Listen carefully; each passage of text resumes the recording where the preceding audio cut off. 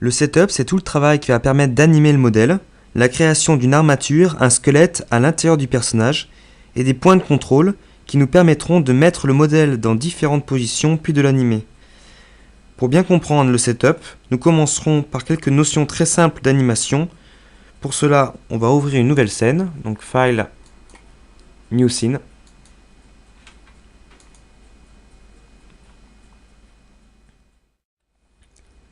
Nous avons déjà vu ici la barre des temps.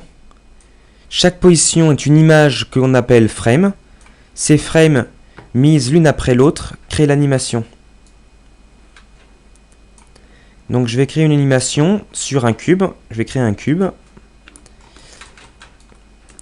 Je vais changer son shading. Et je vais maintenant poser une clé en appuyant sur S. Donc on voit dans la channel box que les paramètres sont mis en orange ici.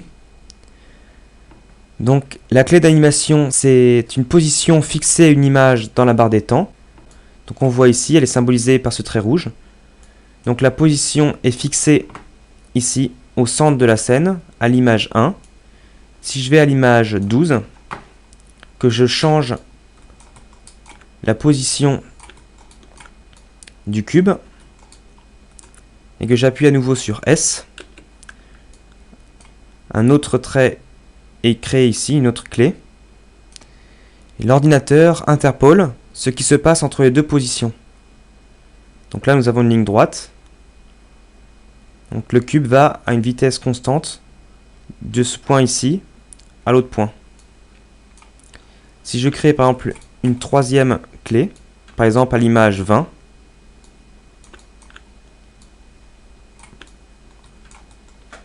donc j'appuie sur S.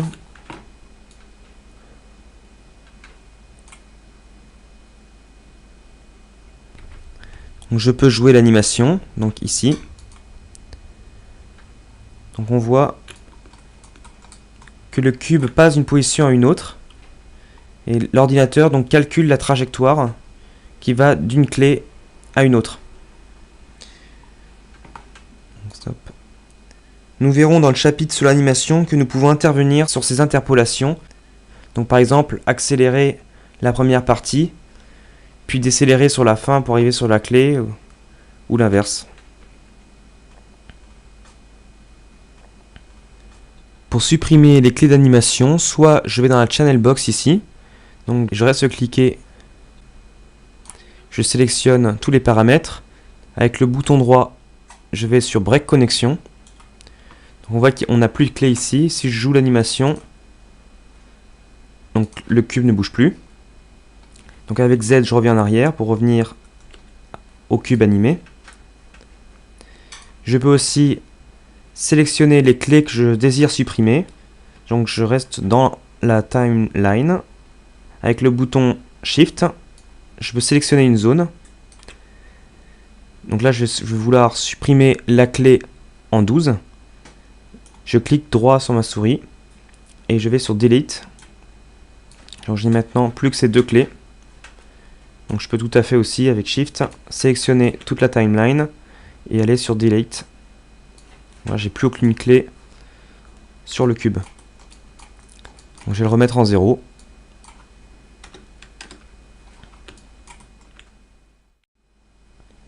Voyons à présent comment on peut parenter un objet par rapport à un autre. Donc je vais créer une sphère par exemple. Je vais la positionner à un endroit. Donc pour l'instant, il n'y a aucun lien entre ces deux objets. Je peux bouger l'un ou bouger l'autre comme je souhaite. Si je sélectionne l'un puis l'autre, que je vais dans Edit Parent, donc le raccourci c'est P. Nous avons ici le cube qu'on pourrait appeler l'enfant et la sphère qu'on pourrait appeler le parent. Donc je peux bouger l'enfant comme je souhaite. Par contre, quand je bouge le parent, l'enfant vient avec. Donc que ça soit en translation, en rotation ou en échelle.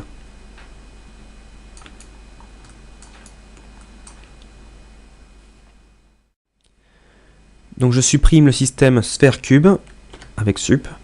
Et je vais maintenant créer une chaîne de parenté qui pourrait être une jambe. Donc je crée un cube en polygone. Je vais symboliser un pied.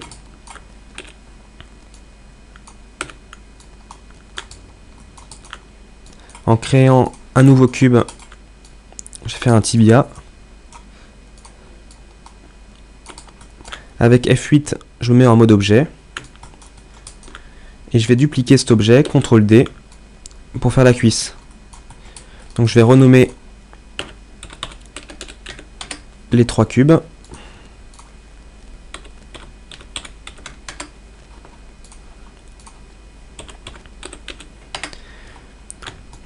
Et je vais maintenant créer mon système de parenté.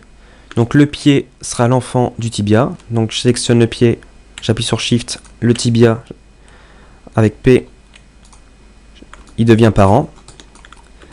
Et pour que le tibia devienne l'enfant de la cuisse, je sélectionne le tibia. Avec Shift, je sélectionne la cuisse et j'appuie sur P. Donc on va voir à quoi ressemble la hiérarchie dans la Outliner. Donc on a la cuisse, qui est le parent du tibia et du pied. Donc toute la jambe bouge quand je bouge la cuisse. Le tibia qui emmène le pied. Et le pied qui lui peut bouger tout seul. Donc pour animer une jambe, on va bouger en rotation. Je vais placer mes points de pivot au niveau des articulations. Pour ceci, j'appuie sur Insert. Je place mon point de pivot. Je rappuie sur Insert pour revenir en mode normal. Comme ça, je peux placer précisément l'endroit où l'objet va tourner, son centre de rotation.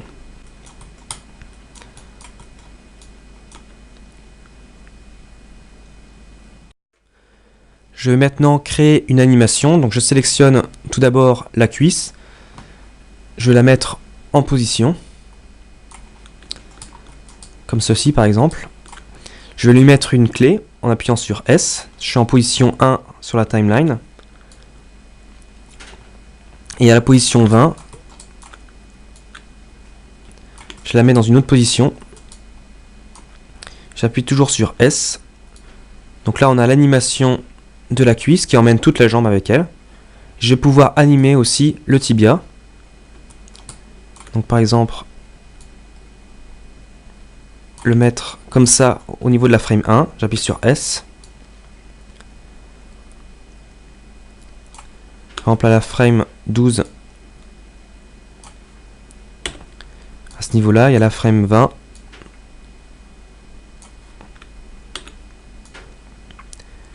Donc là on a un système d'animation. Donc la cuisse a son animation propre. Et après on a l'animation du tibia. Je peux aussi animer le pied.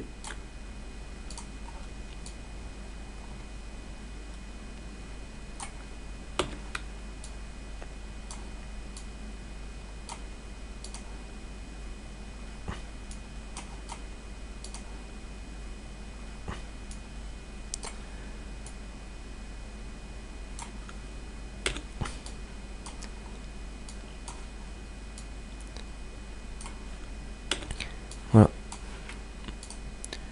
Donc là, j'ai tout un système d'animation qui s'applique en fait sur chaque objet différent.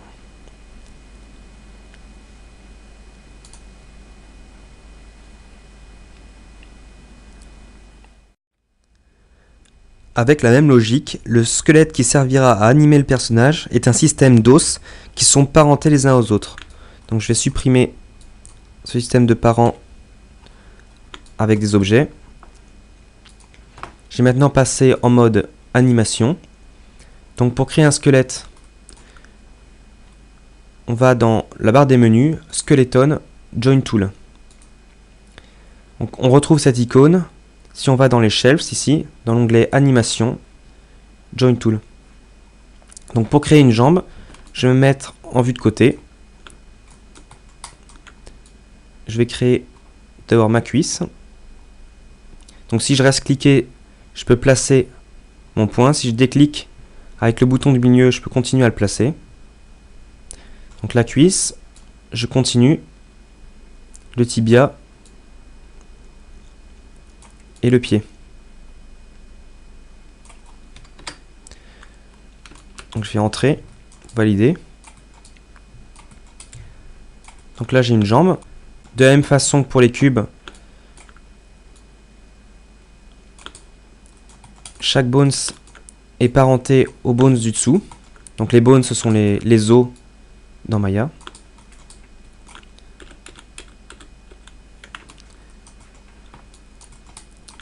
Je vais maintenant bouger ma jambe, la dupliquer. Donc je fais CTRL D sur le système de parents ici. Donc en sélectionnant uniquement la cuisse. Je déplace. Je vais créer vue de face. Juste la naissance du bones du bassin. Entrée pour valider. Et je vais demander que cet os-là soit le parent des deux jambes, donc des deux cuisses. Le parent des deux cuisses. Donc je sélectionne une cuisse puis l'autre. Et enfin le parent. Et j'appuie sur P. Donc on voit que le système de bones crée des os qui vont vers les deux jambes.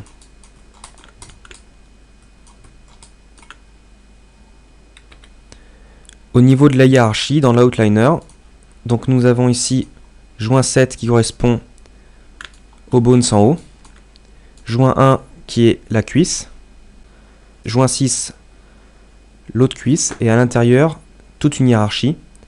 Donc si j'appuie sur Shift et le petit plus, toute la hiérarchie s'ouvre.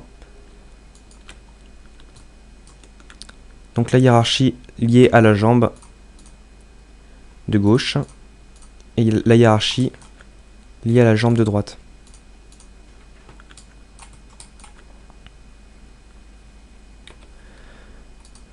Comme pour les cubes, je peux les renommer. Donc par exemple cuisse gauche par exemple, et les animer. Donc les mettre en position, appuyer sur S, dans une autre position, appuyer sur S. Donc de cette manière j'ai l'animation, et je peux animer comme ça tous les bones.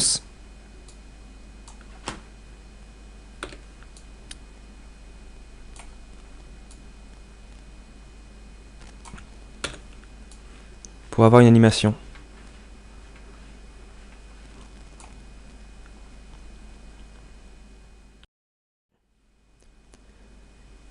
Il y a différentes façons de dupliquer une chaîne de bones. Donc je vais d'abord sélectionner la jambe de droite pour la supprimer. Donc à noter que si je sélectionne un bones dans la hiérarchie, je peux avec les flèches sur le clavier remonter dans la hiérarchie ou redescendre. Donc je sélectionne la jambe gauche. Je la supprime avec sup. Donc je vais voir maintenant comment dupliquer cette jambe ici. Donc je vais dans Edit, Duplicate, et je vais dans les options. Donc par défaut, on voit qu'on peut copier la jambe en parent. Donc si je clique sur Apply, je la bouge en translation. Je reste parenté à l'os au-dessus. A noter que je n'ai plus l'animation sur la jambe copiée. Donc je supprime à nouveau cette nouvelle jambe. Je peux dupliquer en cliquant sur Word ici. Dupliquer uniquement cette chaîne de bones sans avoir le parent. Sup à nouveau. Je peux aussi garder l'animation en cliquant sur Parent et en cliquant sur Duplicate Input Graph.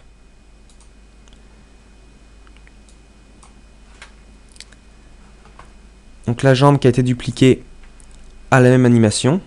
Si je la bouge, elle va revenir à la position de l'ancienne jambe, car on a mis des clés ici sur les translations aussi. Donc il suffit que j'enlève les clés de translation en X. Donc je clique dessus, je clique droit et je fais break connexion.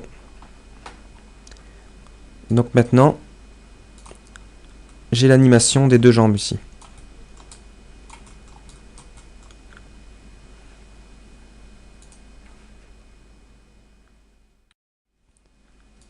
Je vais supprimer une dernière fois cette jambe, donc sup, donc dupliquer la cuisse gauche et sa hiérarchie par rapport à l'axe de symétrie YZ ici. Donc pour ceci, j'utilise le mirror joint. Donc il est dans la barre des menus, skeleton, mirror join. Voilà. Donc par défaut, il se fait par rapport à l'axe XY. Donc cet axe-là, on peut le voir. CTRL Z. Donc nous on le veut par rapport à l'axe YZ. Et donc je crée le duplicata de ma jambe de l'autre côté ici. A noter que le mirror join se fait au moment de la création du squelette. Il ne garde pas des informations d'animation dedans.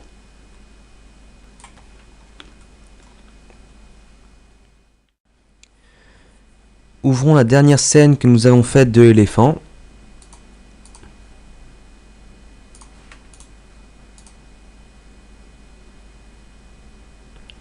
Donc je vais repasser en mode filaire, donc 4.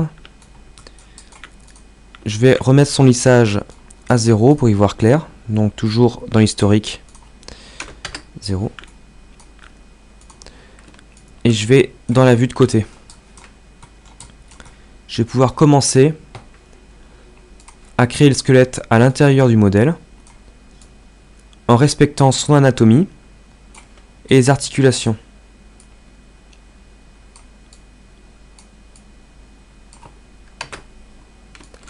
Je repasse en vue perspective et je viens placer mes os.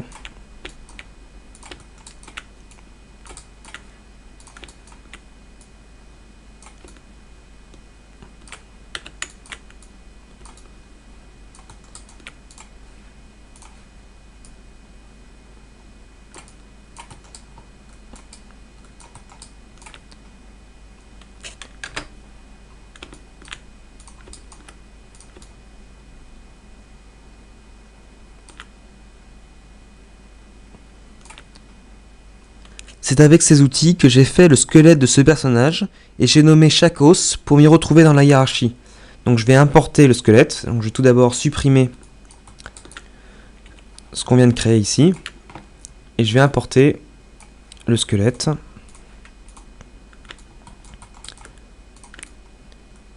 ici. A noter que je peux changer la taille des bones dans la vue en allant dans Display, Joint Size, et je peux mettre à 25%, 50%, 100%. Je peux aussi régler de cette façon-là, dans Custom.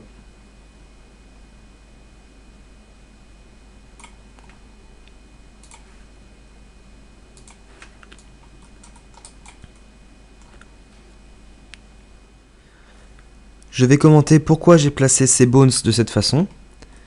Donc le parent de toute la chaîne de bones est ici. Alors c'est le haut de la colonne vertébrale. Donc j'ai créé ici toute une zone de vertèbres qui descend jusqu'à la queue. Tous les os ici ne correspondent pas toujours à une réalité anatomique.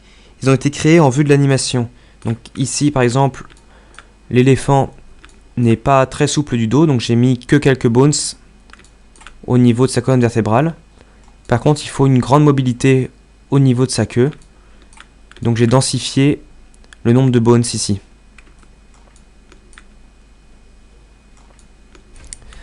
Ces trois parties ici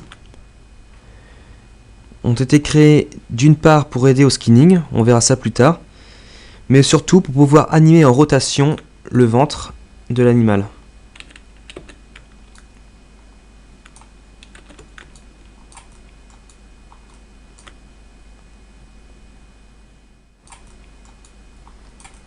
le goitre ici va pouvoir être animé séparément de la tête et de la bouche. Par exemple, on va pouvoir avancer la tête, garder ici la tension et par exemple pouvoir bouger le volume du goitre de gauche à droite pour simuler des mouvements de chair.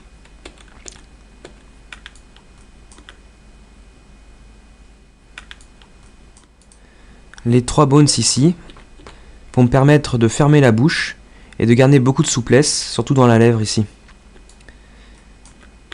J'ai créé aussi 2 bones ici qui vont me permettre d'exagérer certaines positions en bougeant les défenses.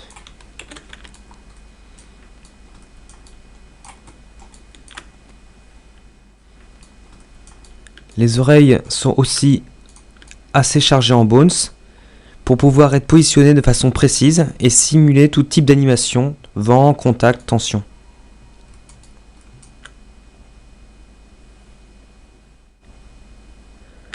Au niveau de ces 2 bones ici, j'expliquerai leur rôle plus tard, donc au niveau du skinning. Enfin, la trompe. Donc chez l'éléphant, c'est un organe très mobile. Elle peut être mise dans la bouche, sur le front. J'ai donc besoin d'une grande chaîne pour l'animer. J'ai utilisé 2 systèmes en vue de l'animation. Le premier est l'utilisation directe de la parenté entre bones. Je l'ai utilisé par exemple pour les oreilles ou la trompe. Donc je sélectionne un bones. Je le tourne. J'utilise les flèches sur le clavier pour placer mes autres bones. Donc avec Z, je reviens en arrière. Je peux aussi, pour aller plus vite, sélectionner tous les bones et leur appliquer la même rotation directement. Donc pour ceci, je vais dans la Outliner. J'ouvre avec Shift le squelette complet. Je retrouve la trompe ici. Et je sélectionne toute la hiérarchie de trompes.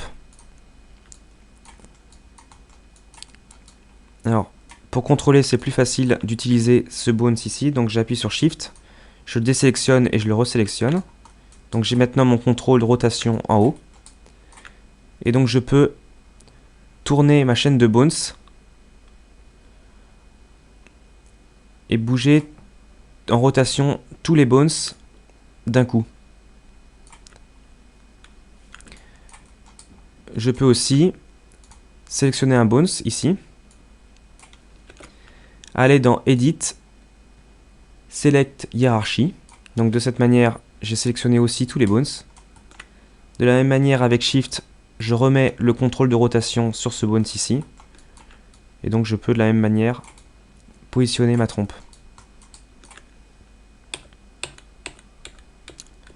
Je replace la trompe avec Z.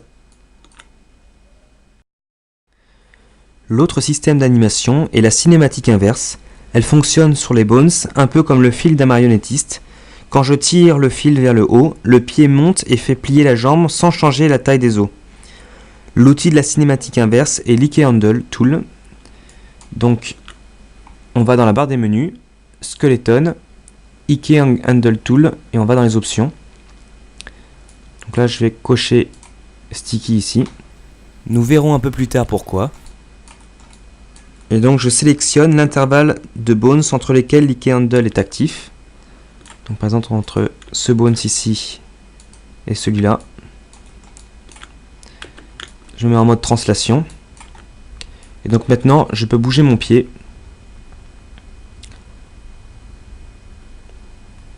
Comme ceci.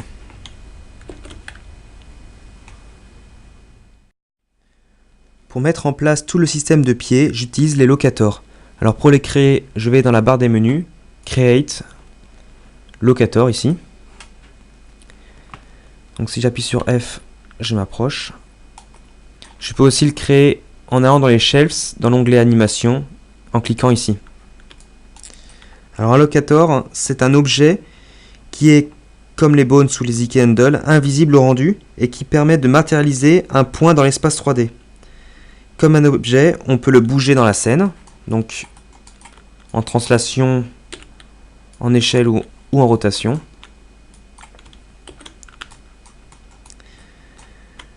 On peut aussi lui assigner des contraintes.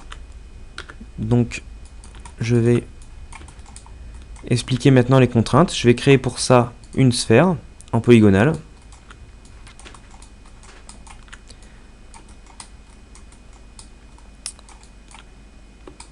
Donc les contraintes marchent aussi dans un certain ordre. Il faut sélectionner d'abord le maître, puis l'esclave. Donc on va dans contraintes, dans la barre des menus. Donc toujours en mode animation ici. Contrainte en point. Alors la contrainte en point, elle ramène l'objet sur le point. Si je bouge uniquement le locator, l'objet vient avec. Je peux aussi bouger la sphère. Mais si je bouge le locator, la sphère est contrainte sur le locator. Donc j'appuie sur Z pour revenir à l'état avant la contrainte. Je vais maintenant faire une contrainte en aim. Alors la contrainte en aim est souvent utilisée pour matérialiser l'endroit où regarde un personnage. Donc si je bouge le locator, la sphère qui pourrait être un œil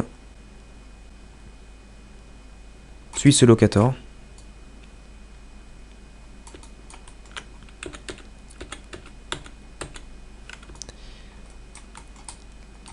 La contrainte en orientation, donc pareil, je sélectionne le maître puis l'esclave, orientation.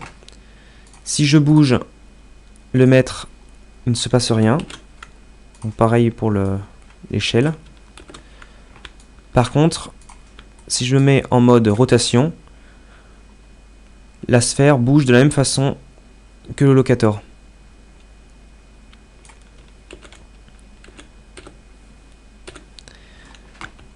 La contrainte en scale, comme son nom l'indique, elle se met à l'échelle du locator. Donc je lui avais mis tout à l'heure une information d'échelle. Et donc je peux agrandir ou réduire le locator.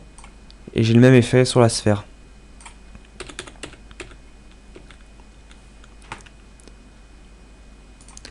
On a déjà vu ce qu'étaient les parents.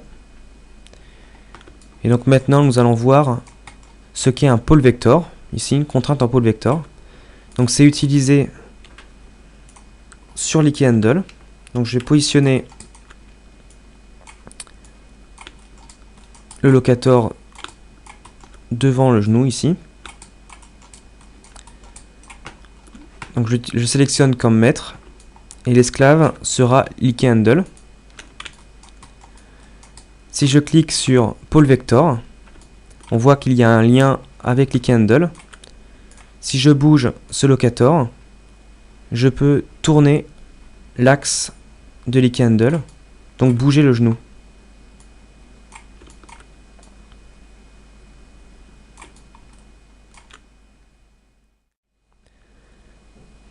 Je vais cacher la modélisation pour bien voir le travail sur le squelette. Donc j'avais mis le corps dans un calque, il me suffit de décocher ici. Revenons sur l'Ikea Handle de la jambe. Lors de sa création, nous avons coché le paramètre sticky. Il est symbolisé sur l'Ikea par ce rond rouge ici. Donc on a vu en sélectionnant l'Ikea Handle qu'on pouvait le bouger de cette manière. Donc ça c'est le cas aussi pour l'Ikea Handle par défaut. Le paramètre sticky permet de contraindre au niveau de la base de l'Ikea Handle. Par exemple, si je sélectionne le squelette ici, que je le bouge de manière verticale, on voit que la base de l'Ikea Handle ici reste collée. On a vu aussi que l'Ikea Handle ne déformait pas la taille des os. C'est toujours le cas si je dépasse, si les os se tendent ici, si je dépasse. Dès que les os sont tendus, le pied suit.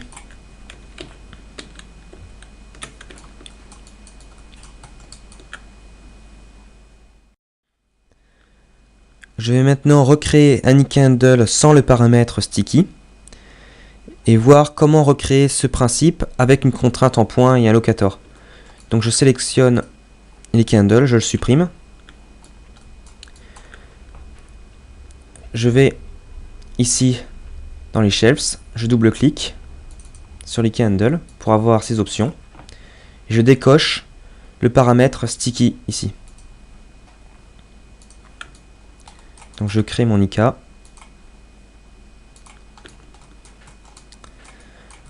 Donc on voit que je peux toujours bouger le pied de cette façon. Par contre, si je sélectionne le squelette de l'éléphant, on voit que le pied ici n'est pas collé. Donc je vais créer un locator. Donc on l'a ici dans les shelves. Avec V, je vais le coller, le snapper sur la base de l'Ike Handle avec le bouton du milieu de la souris.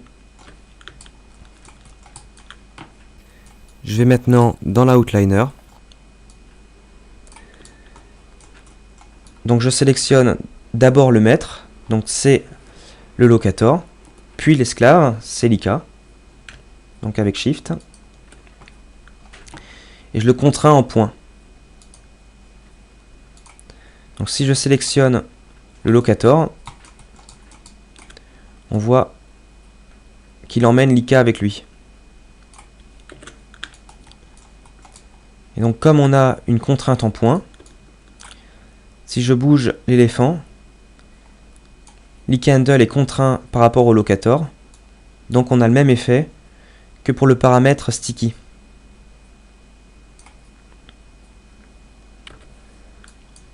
Cette propriété de l'Ike Handle et d'une contrainte nous intéresse pour que l'éléphant ne s'enfonce pas dans le sol au moment de la marche. Donc dans le cas ici, on voit que l'éléphant ne s'enfonce pas. Par contre, le pied tourne autour de la contrainte. Donc je vais créer un nouvel Ike Handle sur le pied. Donc je vais dans les shelves, je crée un Ike Handle sur un seul os ici. Je vais à nouveau créer un locator avec V, le snapper ici. Sélectionner le locator puis l'Ike Handle avec Shift. Donc le locator puis l'Ike Handle. Et le contraindre en point. Donc on va voir le résultat. Si je sélectionne l'éléphant, donc le pied reste collé au sol. Avec Z, je reviens au squelette non déformé. Je vais maintenant supprimer le petit système qu'on a mis ici pour le remplacer par des Ike Handle en mode sticky. Donc pour supprimer ce système, je peux cacher les os. Donc dans ce cas-là, je vais ici dans Show. Donc je cache les joints, les os. Et je peux supprimer ici tout le système. Donc sans le sol. Et remettre en visuel les os. Donc je vais remettre les Ike Handle en mode sticky et je vais de la même façon créer des locators maîtres sur les Ike Handle pour les utiliser en point de contrôle pour l'animation.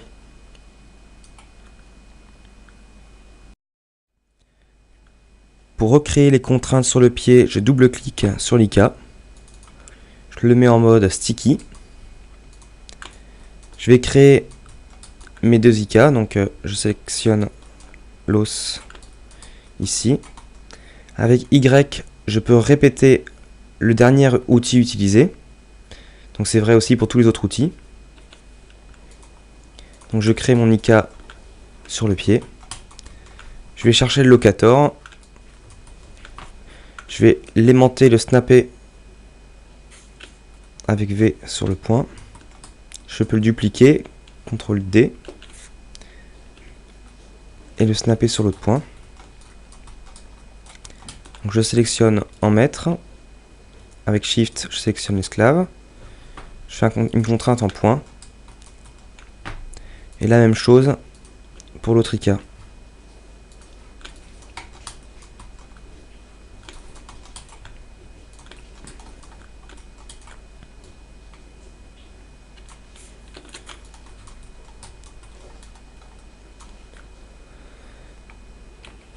Si je veux bouger le pied en sélectionnant par exemple ce locator ici, donc on voit que l'autre locator reste collé au sol. Donc il suffit simplement que je fasse une contrainte en parent. Donc je sélectionne le premier locator, puis l'autre, et j'appuie sur P. Donc maintenant si je sélectionne ce locator ici, l'autre vient avec. Je peux aussi le bouger en rotation lorsque le pied se soulève par exemple.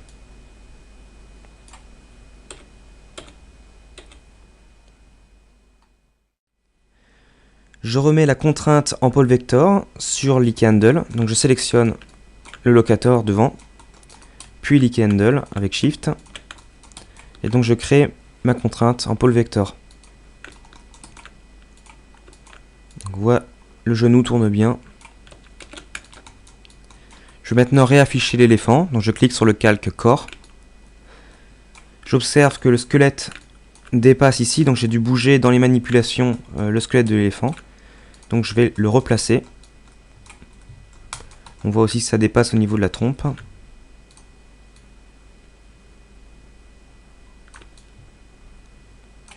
Donc après comme ça, je vais replacer aussi les locators.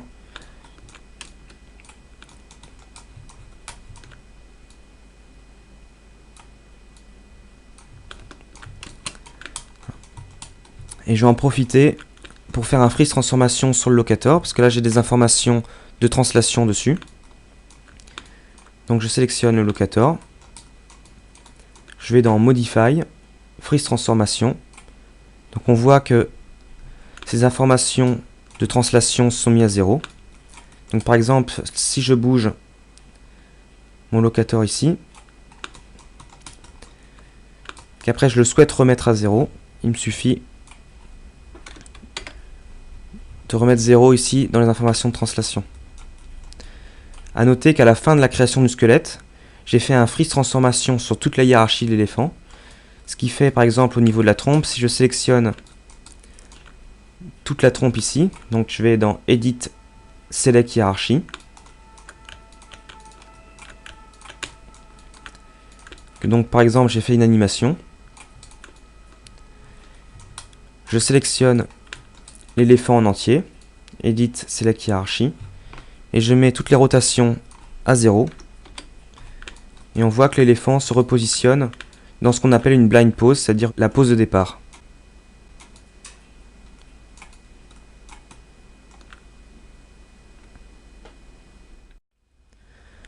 On peut aussi mettre une limite sur la rotation des os. Par exemple, si on considère que la jambe de l'éléphant est ici tendue, on voudra que les deux os ne se tendent pas plus. Donc je sélectionne l'os ici. Je fais un CTRL A pour rentrer dans ces paramètres.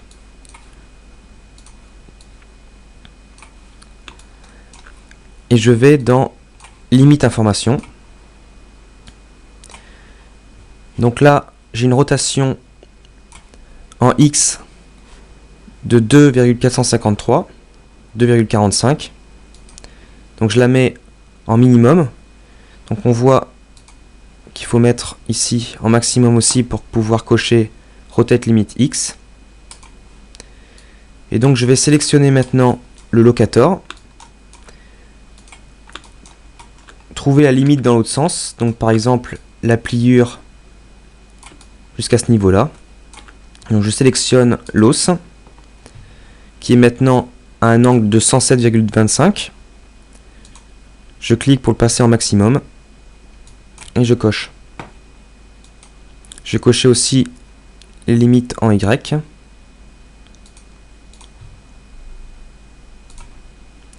Donc je vais repasser en 0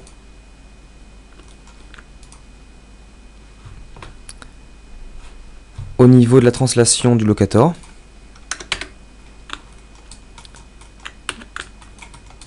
Donc si je bouge ici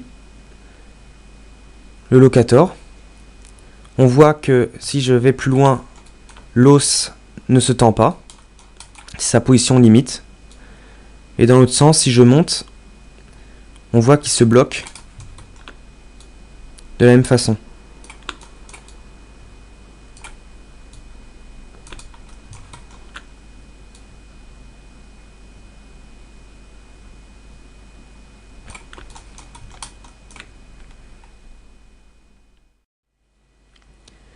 Je ferme la fenêtre de contrainte et remets le locator du pied à 0.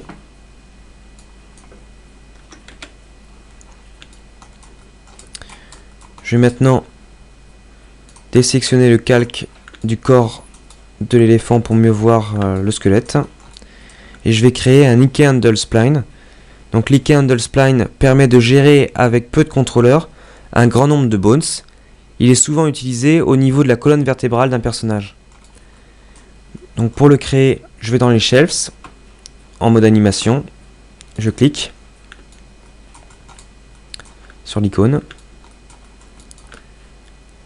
Je sélectionne un bones qui sera le début de mon Ike Handle et donc la fin de mon Ike Handle Spline.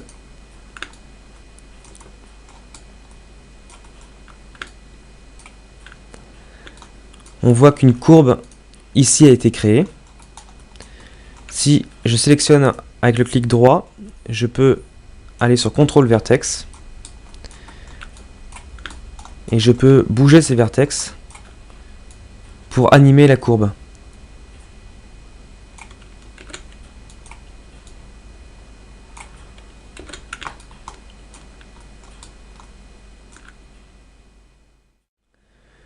Nous sommes ici en mode sous-objet. En vue de l'animation, nous allons créer des contrôleurs sur les vertex qu'on appelle des clusters. Donc pour les créer, j'active la Outbox, je vais dans Deform, Create Cluster et je vais dans les options.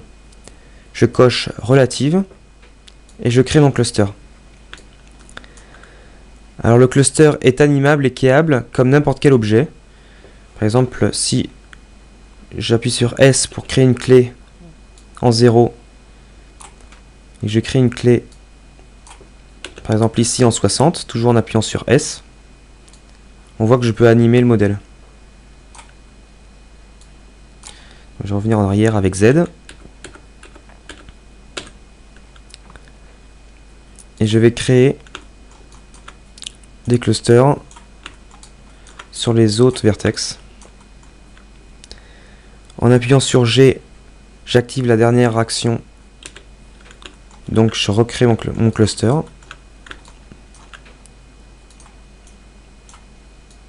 Enfin, je vais créer un cluster sur le dernier vertex ici.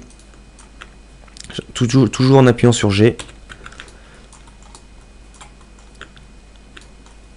Donc voilà, là j'ai 3 clusters qui me permettent d'animer l'éléphant.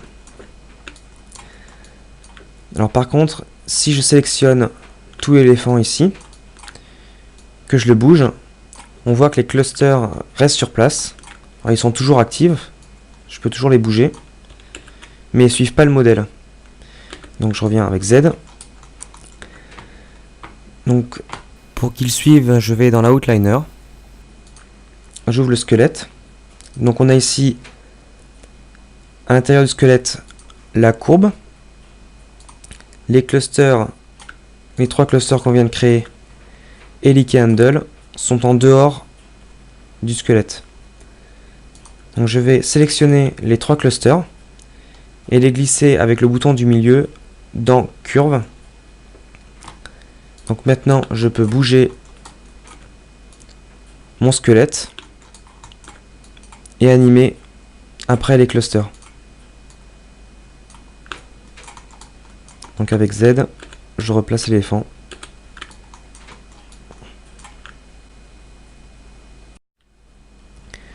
Les clusters sont pas forcément facilement sélectionnables. Donc les deux premiers clusters que nous avons créés sont faciles d'accès. Même si celui-ci, si on affiche la topologie en mode 5, il va être compliqué à sélectionner. Par exemple, le cluster ici est beaucoup plus compliqué à sélectionner. Alors je peux évidemment aller dans le squelette et venir le chercher dans la courbe. Je peux aussi, pour sélectionner le cluster, utiliser les icônes ici dans la status line. Donc si par exemple je clique sur l'icône ici avec les bones, je ne pourrai plus sélectionner dans ma vue les bones. Donc je sélectionne.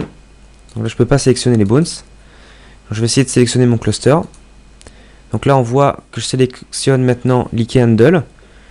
Donc je clique sur l'icône ici. J'essaye encore de sélectionner mon cluster. Et là c'est la courbe que j'ai sélectionnée. Donc je clique ici.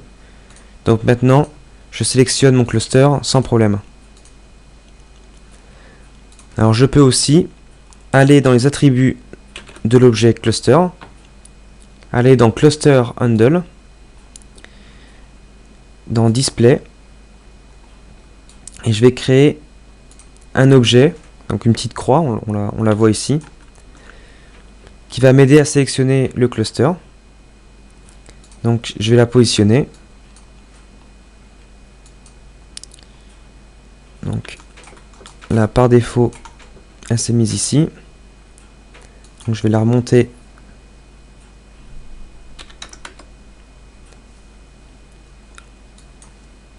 à 22 par exemple. Donc maintenant je peux sélectionner mon cluster en cliquant sur la croix qui est en dehors de la topologie. Donc là j'arrive pas à la sélectionner parce qu'il faut que je désélectionne ici les icônes. Donc dès que je sélectionne la petite croix, je sélectionne mon cluster en gardant son pivot. Par contre, le cluster reste toujours aussi compliqué à sélectionner.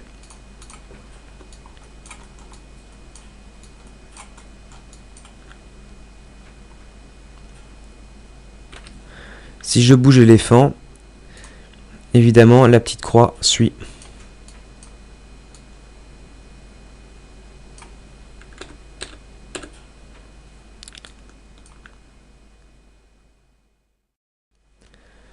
Voyons maintenant un autre outil bien utile de la status line.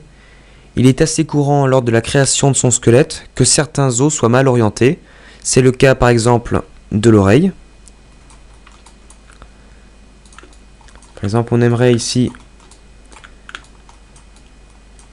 que l'axe des Y soit orienté plus dans le sens de l'os, comme sur l'autre oreille ici. Donc pour résoudre ce problème, ou tout simplement vouloir changer l'axe de rotation d'un bones, je clique ici pour me mettre en mode sous-objet, et je clique sur le point d'interrogation. Je peux maintenant, en sélectionnant l'axe de rotation à changer, sélectionner et tout simplement le tourner. Si je reviens en mode objet, mon axe est maintenant bien mis.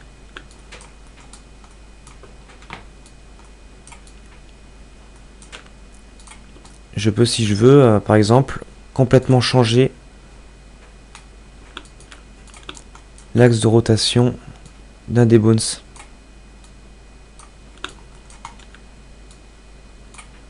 Donc suivant les trois axes.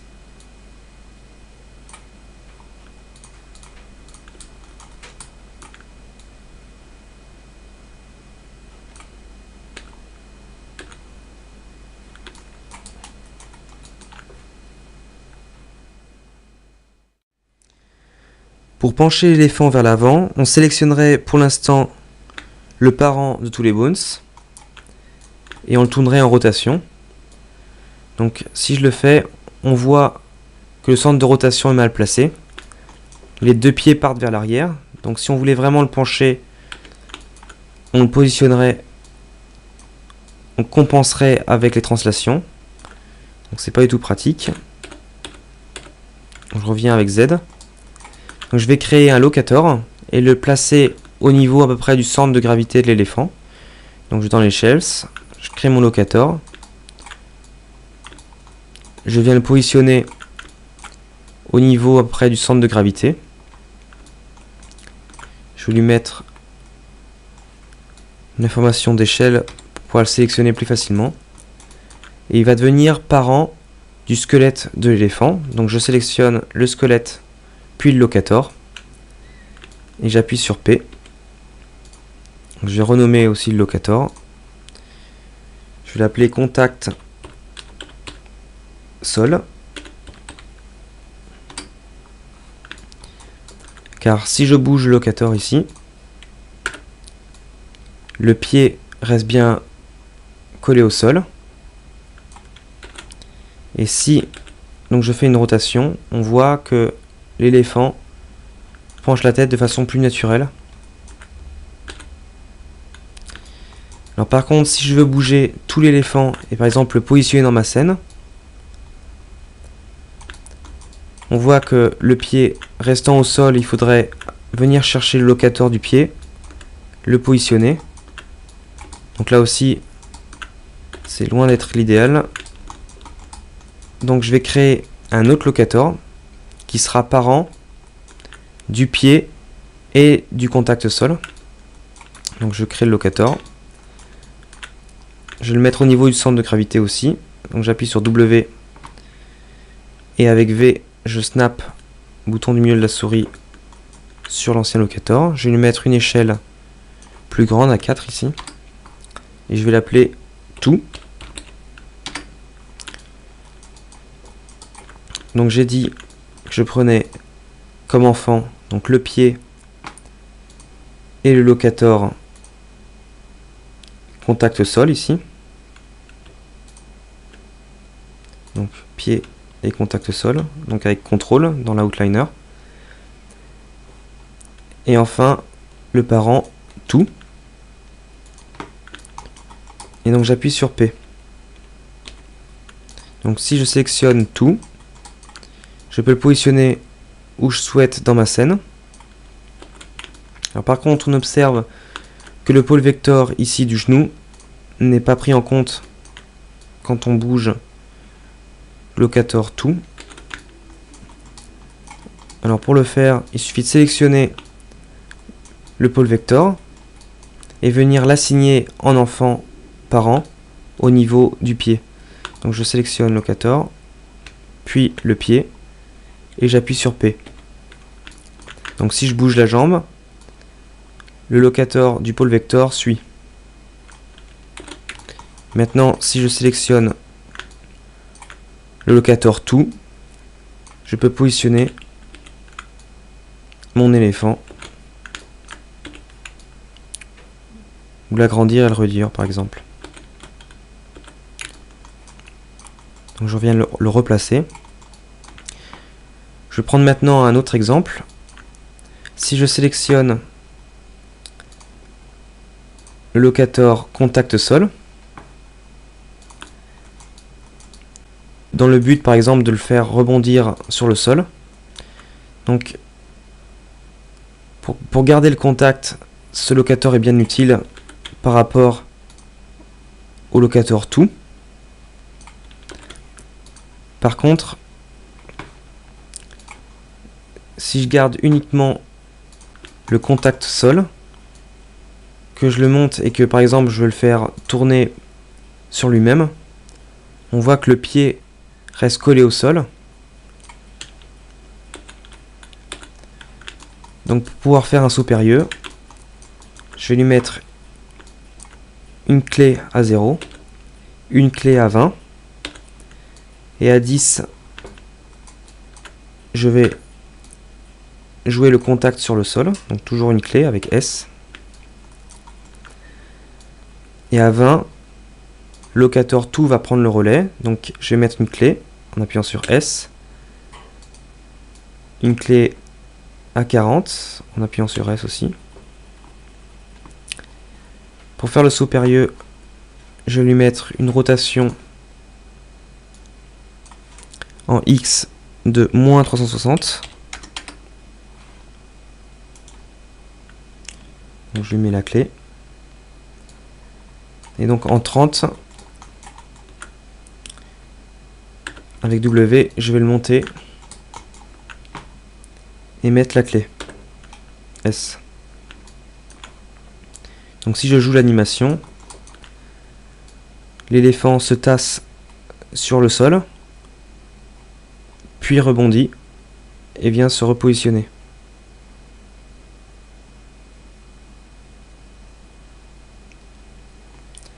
Donc je vais supprimer les clés maintenant.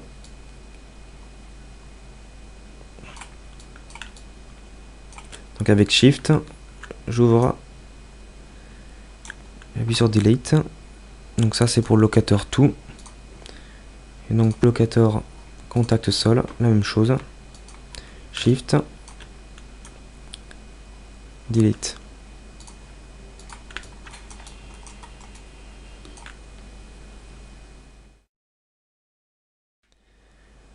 J'importe maintenant l'éléphant entièrement setupé avec les outils que l'on a vus.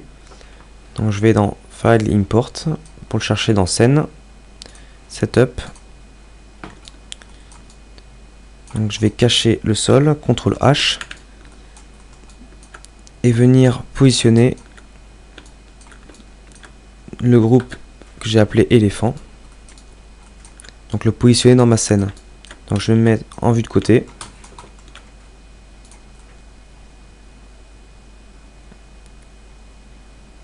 Je viens le faire correspondre.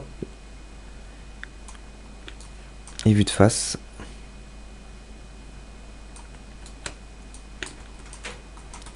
Je vais maintenant sélectionner l'ancien éléphant, l'ancien setup. Le séparer du nouveau et le supprimer.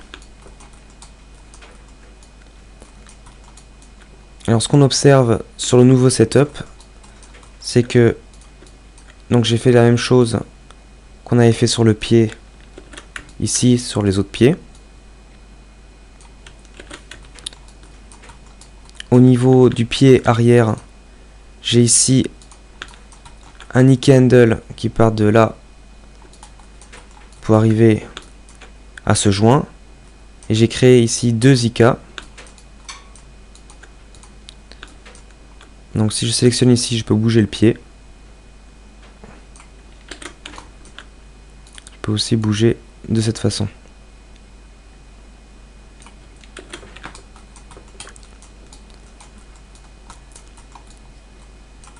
Alors, le pôle vector est ici, au niveau du genou.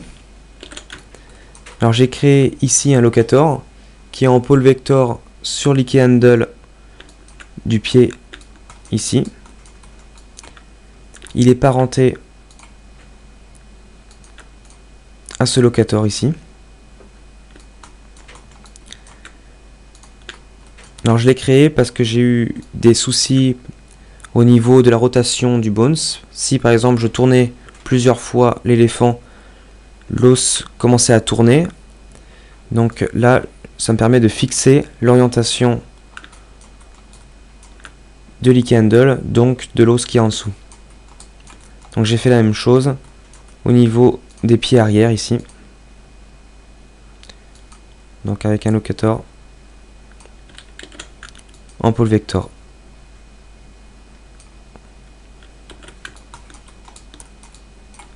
Et toujours des pôles vectors pour les genoux. Donc j'ai aussi l'éléphant qui me permet de bouger la globalité de l'objet. Et corps qui me permet par exemple de pencher l'éléphant ou de le faire sauter, faire contact au sol. J'ai aussi créé un locator ici qui est le parent des locators des pieds. qui me permet de bouger uniquement les pieds. Les 4 pieds en même temps.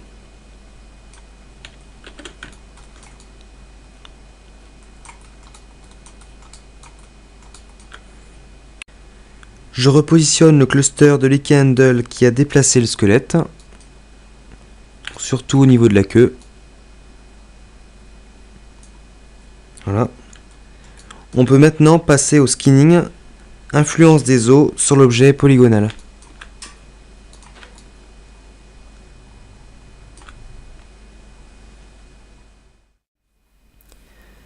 Pour aborder le skinning, je vais tout d'abord l'expliquer sur un modèle simple. Donc je vais ouvrir une autre scène.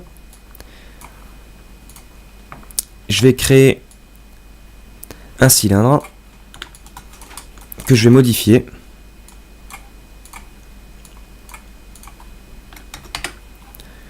Je vais mettre comme subdivision 6. Je vais mettre des subdivisions dans la hauteur. Par exemple. Et je vais l'allonger.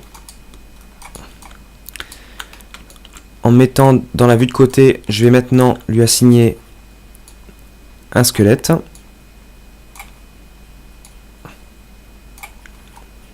Donc entrée pour valider. Je vais nommer ce squelette. Donc par exemple, cet os là, O. Le suivant bas. Et le dernier bout. Je vais maintenant sélectionner d'abord le squelette, puis le modèle. Et je vais maintenant lui assigner un skinning. Donc pour ceci, je regarde que je sois bien en animation. Je vais sur Skin, Blind Skin, Smooth Blind.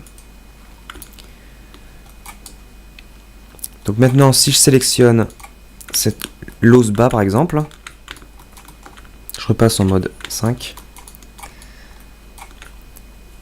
et que je l'anime, donc par défaut, le cylindre se déforme en fonction du mouvement du squelette. CTRL Z pour revenir. On va voir comment fonctionne le skinning et comment le modifier avec le Component Editor. Donc pour ceci, on va dans Windows, General Editor, Component Editor.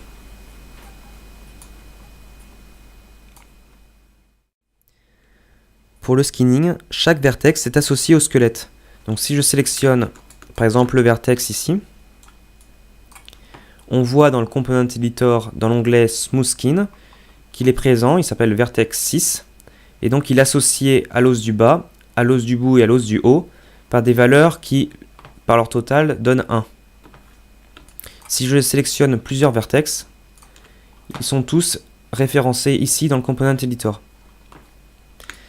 Donc je vais maintenant mettre une animation sur le squelette. Donc je sélectionne l'os du bas. Avec S, je pose une clé.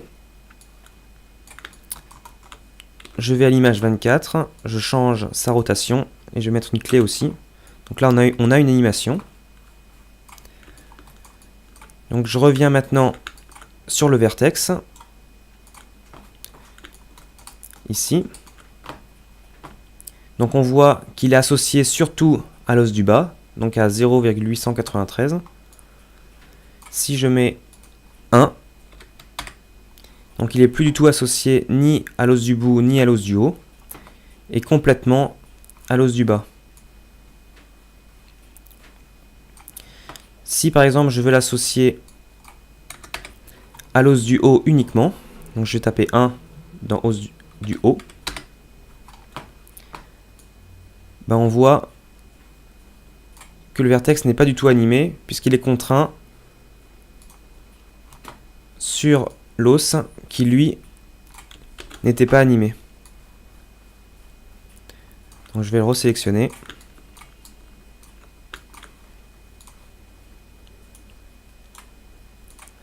Et le remettre à 1 sur l'os du bas.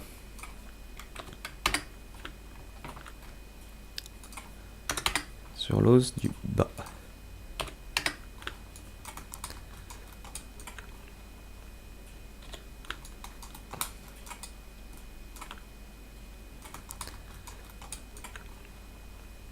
Au niveau de la jointure entre deux os, les points sont associés à peu près 0,5 sur l'un comme sur l'autre. Donc je vais les sélectionner. Je vais tout d'abord décocher pour ne pas sélectionner l'os en dessous. Et donc ils apparaissent dans le Component Editor. Donc on a 0,5, presque 0,5 en bas comme en haut. Donc pour que ça soit plus clair, je vais contraindre les valeurs. Donc je clique et je glisse. J'appuie sur 0 pour mettre à 0 au niveau de l'os du bout. Et donc la même chose en tapant 0,5 pour contraindre tous les points de la jointure à être à égale distance de l'os du bas et de l'os du haut. Donc on voit que c'est le cas.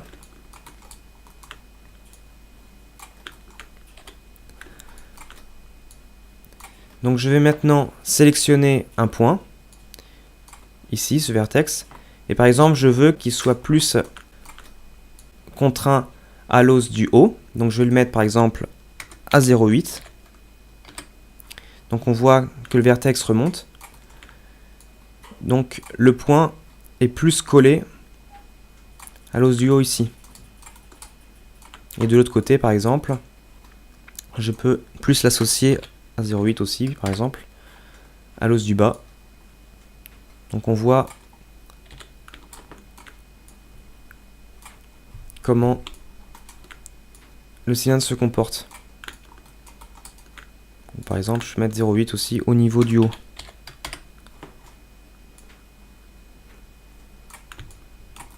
Donc le skinning consiste à mettre ces valeurs pour que la pliure, par exemple d'un membre, là si on a une jambe, pour que la pliure se passe bien.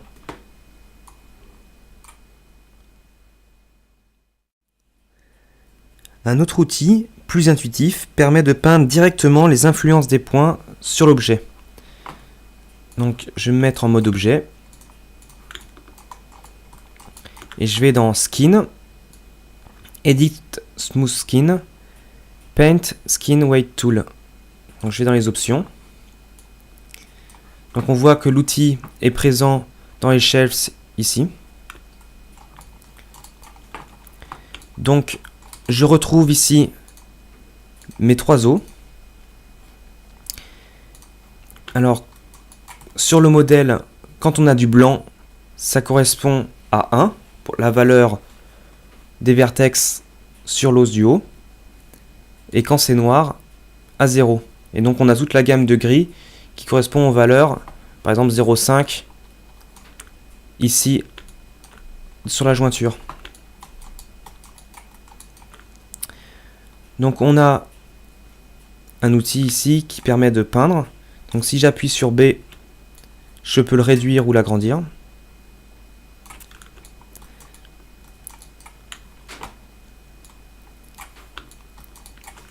Donc après j'ai plusieurs façons de peindre les valeurs des points. Alors par exemple, si je reste sur remplace, je me mets à 1. Si je le peins sur l'objet,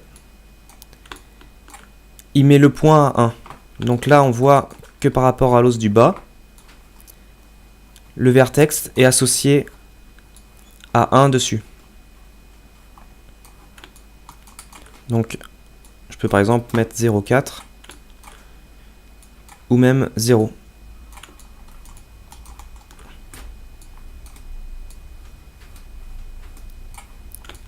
Je peux aussi cliquer sur Add, qui veut dire rajouter. Donc par exemple, si je monte un peu la valeur ici, je peux rajouter peu à peu de l'influence.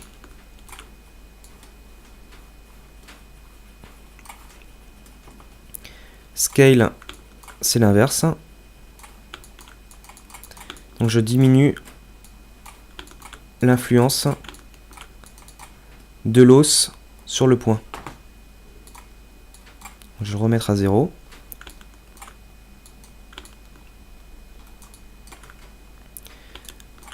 Le smooth permet de lisser la transition. Donc naturellement, je vais repasser par exemple ici, pour une jointure comme celle-ci, à 0,5. Donc là, on voit que le point redescend.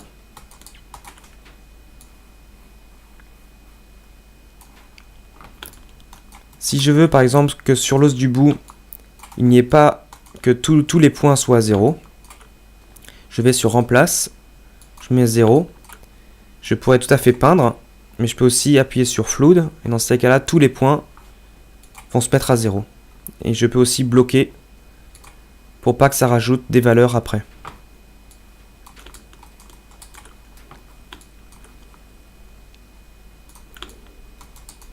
Donc par exemple, si je veux que le point ici soit plus associé à l'os du haut, parce que pour l'instant il est à 0, je vais sur Add, donc je peins. Donc en mettant la valeur, donc on voit que les points redescendent.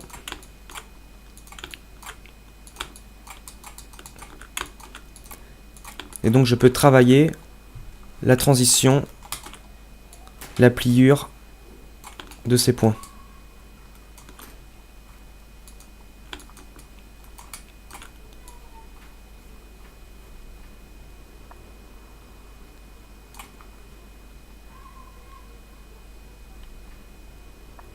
Je peux aussi travailler sur une zone sélectionnée.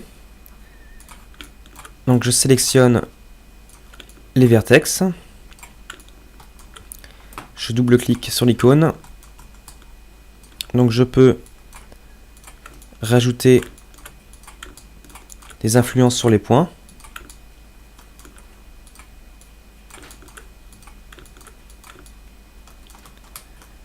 Et uniquement dans la zone sélectionnée. Je peux aussi, par exemple, si je veux, utiliser le flood sur la zone sélectionnée ici. Donc les points se mettent en position.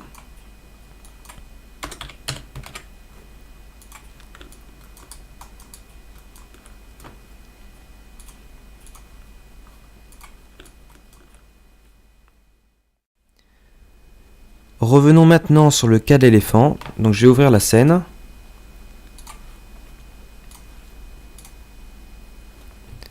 Tel qu'on l'avait laissé à la fin du setup. Donc si je sélectionne par exemple l'os parent ici, on voit que la peau ne suit pas. Donc si je sélectionne l'os parent puis le modèle, que je vais sur Skin, Blend Skin, Smooth Blind. Donc maintenant on a la peau associée aux os. Donc par exemple, si je bouge tout l'éléphant, on voit que le modèle suit. Je peux aussi par exemple animer l'os parent. On voit que ça suit notre setup. On observe aussi que les éléments que j'ai pas sélectionnés ne sont pas associés au squelette. Alors en fait, c'est parce que c'est des objets non déformables, donc il suffit qu'il soit enfant du squelette, de l'os qui est associé. Donc je sélectionne par exemple la défense, puis son os. J'appuie sur P pour que ce soit parent.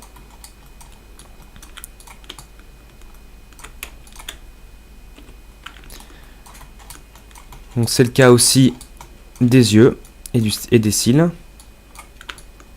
Donc avec Shift,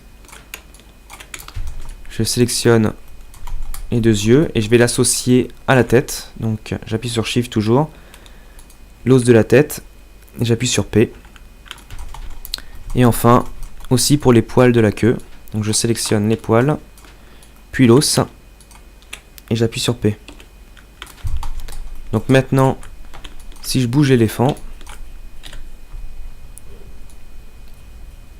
tous les éléments qui lui sont associés suivent.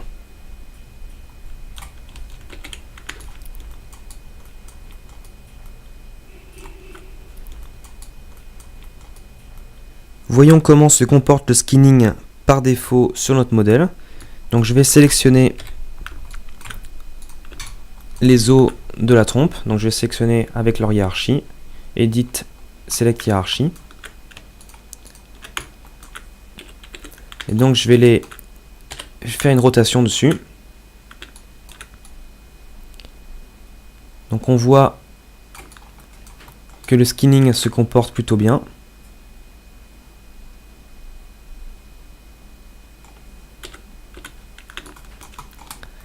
Et par exemple, ce n'est pas le cas au niveau de la bouche. Donc si je sélectionne l'os de la bouche ici, bouche milieu, que je fais une rotation dessus, on voit que des éléments des défenses ici sont tirés. Donc pour les désassigner, je vais sélectionner une zone du vertex en mettant vue de profil. Donc une zone que je voudrais pas qu'il soit activé par la rotation de la bouche.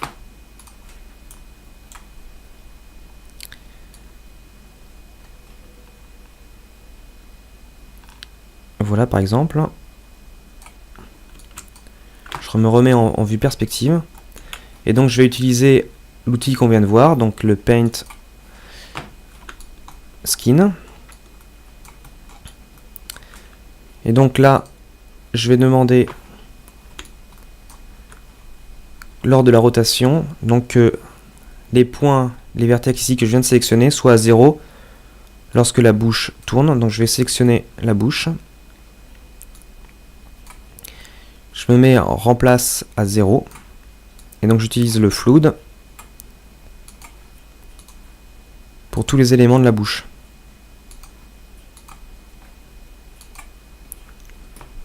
Donc maintenant, si je me remets en mode objet, que je sélectionne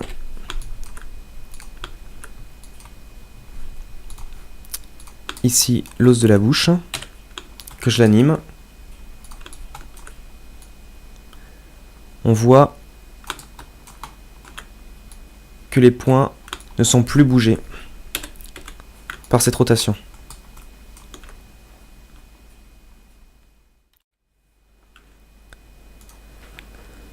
Le skinning par défaut, utilisant la distance au point d'un os, il arrive fréquemment que des zones qui ne devraient pas être soumises à son influence le soient, comme dans le cas de l'oreille. Par exemple, l'oreille étant très proche ici de la joue, lorsque j'anime l'os ici, on voit que la joue vient avec par défaut. Et comme l'os est associé à l'os de l'oreille, si j'anime l'oreille, toute la tête est déformée par la rotation de l'oreille. Donc, pour faire le skinning, je vais poser des clés. Donc une en 0.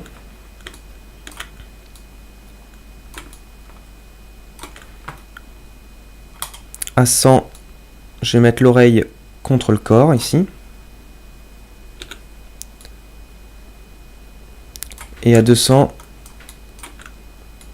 je vais être dans une position qu'on appelle extrême, c'est-à-dire que lors de l'animation, je n'irai pas si loin.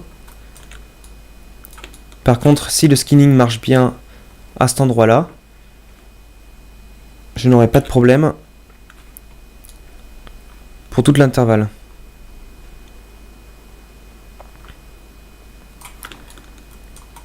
Donc comme pour la bouche, je vais sélectionner les zones qui sont déformées et qui ne devraient pas l'être. Donc pour ceci, je vais utiliser l'outil Paint Select Tool en mode face. Donc je sélectionne les points.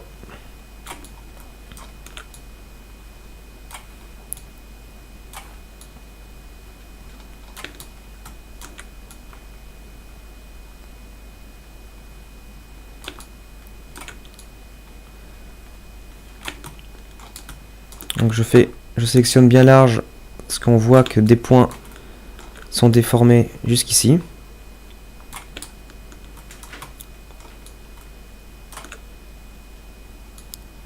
Donc il faut que je fasse attention de ne pas sélectionner de face sur l'oreille.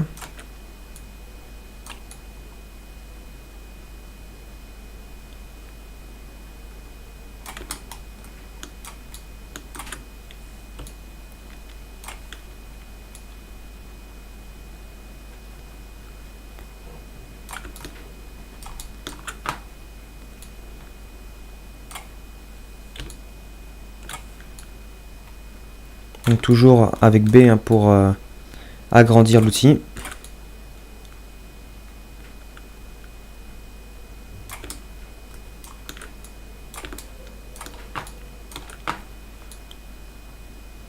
Donc voilà.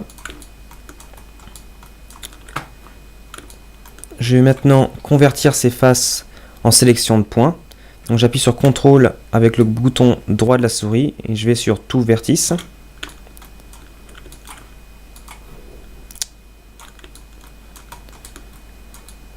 Donc voilà. Et je vais maintenant donc utiliser le Paint Skin.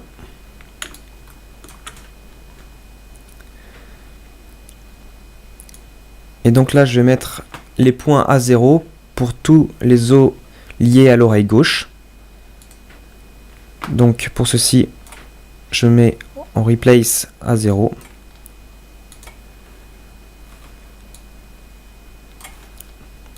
Donc on va voir que tous les points vont se remettre dans leur position d'origine, peu à peu.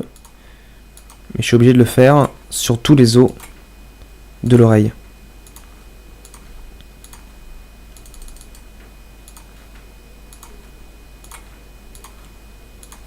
Comme ça, on sera bien sûr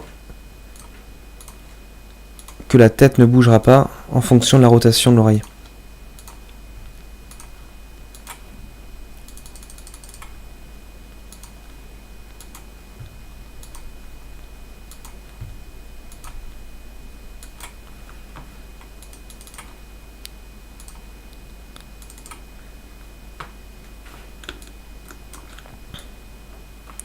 Donc voilà. On voit que si j'anime l'oreille, il n'y a plus de points qui bougent avec. Après, il faudra travailler finement pour pas qu'on ait des points comme ici qui soient tirés alors que celui d'à côté reste figé.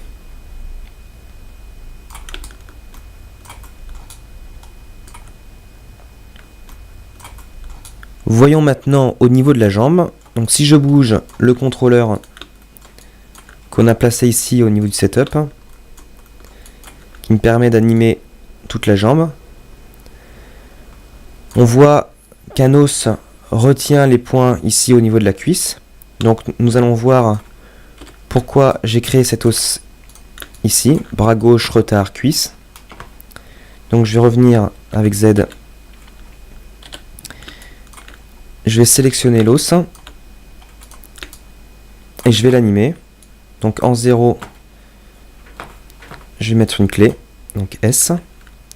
À 100, je vais l'animer en rotation sur l'axe des X. Donc je mets toujours une clé avec S. Et à 200, je vais copier la clé en 0, donc copie, en appuyant sur Shift pour la sélectionner. Et je vais à 200, toujours en appuyant sur Shift, je clique, et là, bouton droit, paste, donc j'ai copié ma clé. Donc je vais enlever les clés d'animation sur l'oreille, je sélectionne l'os, je mets en 0. Alors soit je sélectionne tout et je fais Delete, soit, je reviens, soit je peux aussi aller directement dans la channel box et faire Break Connection. Donc là je n'ai plus d'animation sur l'oreille. Donc je vais m'occuper de la cuisse ici, je vais me remettre à 100 et je vais demander que l'os ne tire aucun point sur la topologie pour l'instant. Donc je clique sur l'éléphant, je double-clique sur le Paint Weight Tool et donc je vais sélectionner le bras gauche. Donc on avait dit bras gauche, retard, cuisse. Donc voilà, c'est bien tout cela. Et donc je vais remplacer par 0.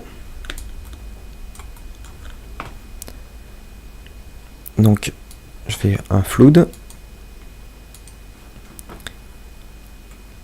je vais mettre toggle hold ici. Et donc aussi au niveau du bout de l'os, bras gauche, rectard, cuisse, bout. Donc je fais la même chose. Donc maintenant l'os s'anime et ne déforme plus du tout la jambe. Alors si je sélectionne maintenant le locator qui me permet de contrôler le mouvement de la cuisse, donc on voit que ça se passe beaucoup mieux au niveau des articulations.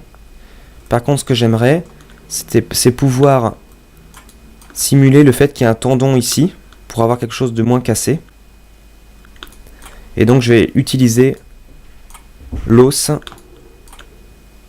pour recréer cet effet tendon. Donc je vais revenir en arrière. Je vais poser une clé sur le locator ici, donc S. En 100, je vais me mettre en position extrême en hauteur. Donc toujours S.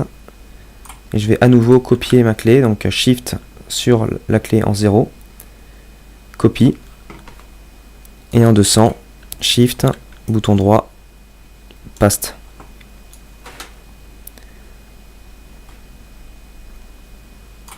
Donc je vais me mettre à la clé 100.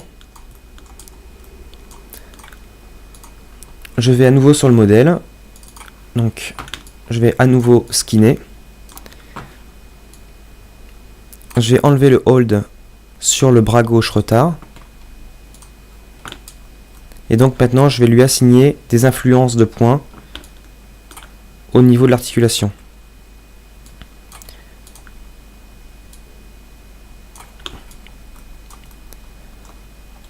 Donc je vais grandir mon outil.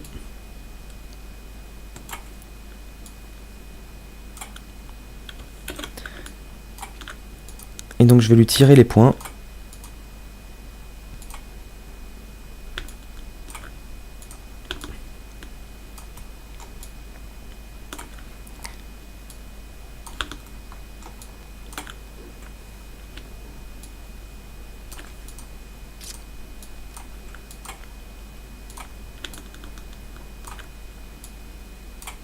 Donc pour avoir un bon résultat, il faut un travail assez fin dessus.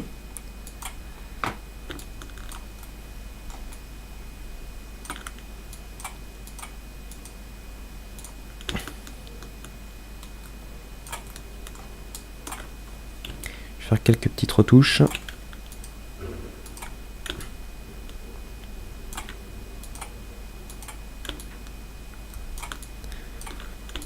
Donc voilà à peu près.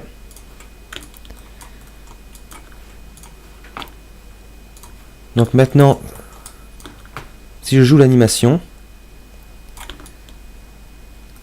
on voit qu'on a une belle courbe ici qu'on n'avait pas avant.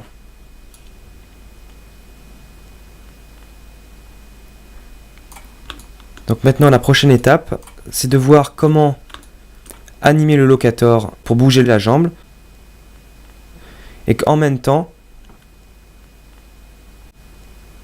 le joint qui permet de tirer le tendon ici s'anime, qu'on n'ait pas animé l'un puis l'autre. Donc on va utiliser le Drive and Key. Donc pour ceci, je vais sauver l'éléphant tel qu'il est dans le projet éléphant. Donc je vais l'appeler Skinning en cours.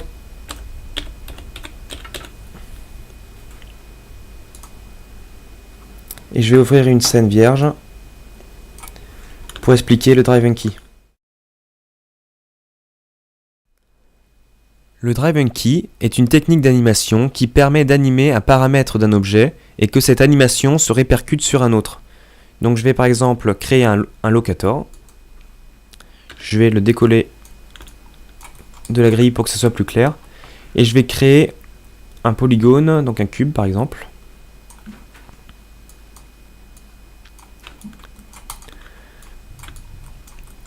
Et donc je vais essayer d'animer le locator par exemple en rotation X. Et quand on anime rotation X, le cube bouge en translation suivant les 3 axes. Donc pour le faire, je vais dans Animate, Say Driven Key, Set, Option. Donc je vais demander que le locator soit celui qui conduit, donc le driver. Donc je clique sur Load Driver. Donc on avait dit que c'était par rapport à sa rotation en X. Donc je vais cliquer ici, Rotate X. Donc le driven sera le cube. Donc Load Driven. Et suivant les 3 axes, donc avec CTRL, je peux sélectionner plusieurs paramètres dans le Set Driven Key. Donc là pour l'instant le locator a une rotation de 0 en X. Donc quand la rotation X est à 0, les translations X et Y auront ces valeurs-là. Donc je vais cliquer sur Key, donc je vais mettre une clé dans le Set Driven Key. Et quand on aura une rotation, par exemple de 90 degrés sur le locator, le cube sera placé dans ses valeurs de translation. Donc toujours ne pas oublier de mettre la clé. Donc maintenant, je peux oublier le Set Driven Key. Si j'anime donc la rotation en X, on voit que le cube bouge de la position à l'autre. A noter que si je dépasse la valeur, par exemple de 0, pour passer en moins quelque chose, ça ne s'anime plus. Et c'est la même chose si je dépasse le 90 degrés. L'animation se passe uniquement entre le 0 et le 90.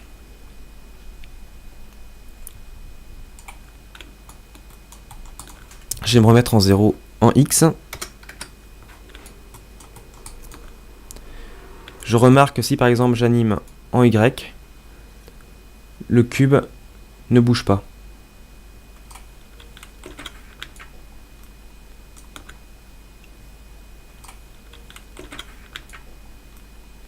Pour utiliser un contrôleur, il est plus facile de rajouter un paramètre bien nommé dans la channel box. Donc je vais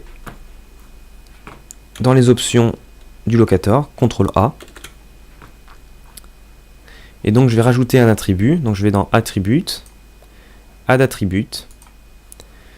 Donc je vais nommer cet attribut. Je vais l'appeler par exemple rotation cube. Donc je vais laisser en flottant pour avoir des décimales après la virgule. Je vais demander en 0 d'être le minimum en 0, maximum à 1. Et par défaut, par exemple, à 0,5. Donc je clique sur OK. Donc je vois que maintenant dans la channel box, j'ai le paramètre rotation cube que je viens de créer. Donc je peux aller avec le bouton du milieu jusqu'à 0 et maximum à 1. Donc je vais me remettre par défaut à 0,5. Donc je vais à nouveau faire une Driven Key. Donc je réouvre ma fenêtre Driven Key. Je vais réactualiser pour avoir le paramètre. J'ai juste à cliquer sur locator. Et donc j'ai le nouveau paramètre rotation cube. Donc maintenant, je vais demander que quand je suis sur rotation cube, j'ai une rotation donc au niveau du cube. Suivant par exemple l'axe des X et l'axe des Z. Donc quand je suis à 0,5, le cube se trouve dans cette position là. Donc j'appuie sur Key. Quand le locator est à 0, je vais tourner le cube suivant l'axe des X, par exemple dans ce sens-là. Toujours appuyer sur Key. Et quand je suis à 1, le cube va tourner suivant l'axe des Z. Par exemple. Donc toujours appuyer sur clé.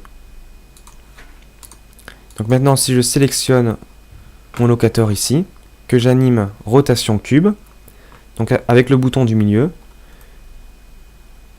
si je suis à 0, le cube dans ce sens, je vais jusqu'à 0,5 et après il va s'animer dans l'autre sens. Donc je peux tout à fait animer plusieurs driving keys sur un seul objet, sur un seul locator. Donc on va maintenant revenir au skinning de l'éléphant et donc appliquer le driving key sur la patte de l'éléphant avec justement le côté tendon. Donc c'était skinning en cours.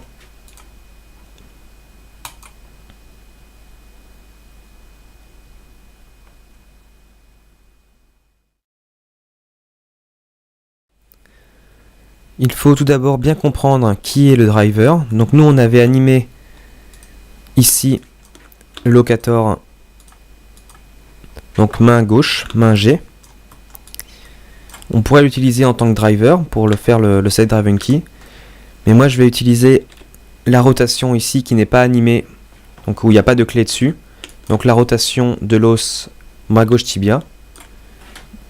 Donc rotation en X. Et je vais enlever les informations de rotation sur l'os bras gauche retard cuisse. Donc je vais lui enlever les clés. Donc break connexion avant de faire le set driving key. Donc maintenant je vais dans animate set driving key, set option.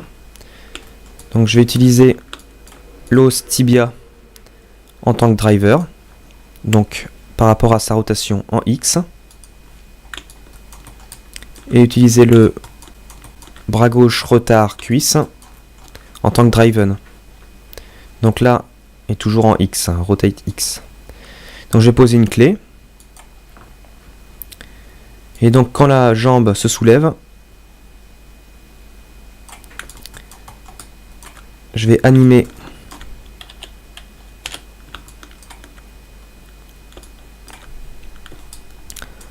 la rotation de l'os ici et je le remets dans sa position qui me semble la plus juste, après comme ceci, et donc je vais mettre une clé.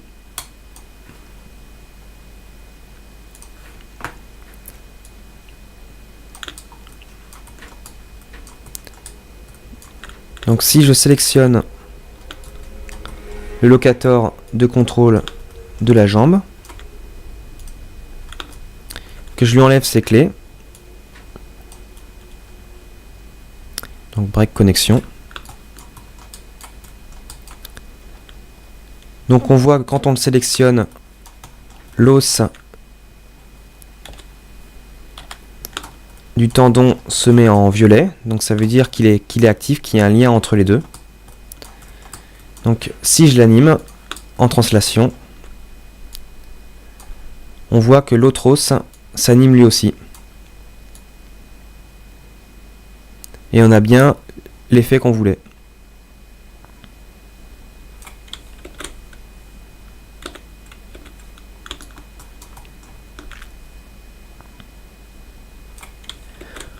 Voyons maintenant le cas du set driving key sur un attribut de locator. Donc je vais créer un locator, donc dans les shelves. Je vais le placer au niveau du pied gauche et je vais lui assigner un attribut. Donc je fais CTRL A sur le locator sélectionné, attribut, add attribut. Je vais l'appeler écrasement pied.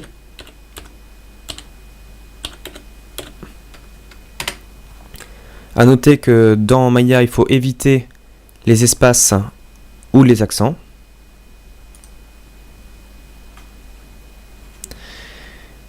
Donc je vais laisser en float. Je vais mettre minimum à 0, maximum à 1.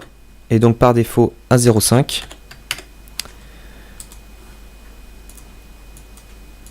Donc dans le locator, j'ai un nouveau paramètre, écrasement pied. Ce qu'on va faire, c'est qu'on va sélectionner les points qui vont être déformés pour simuler justement le pied qui s'écrase et donc la lourdeur de l'animal. Donc je vais tout d'abord désélectionner la sélection des joints, des os et aussi des IK handles. Donc je sélectionne ma zone de locator qui sera déformée, parce qu'on va travailler avec un lattice.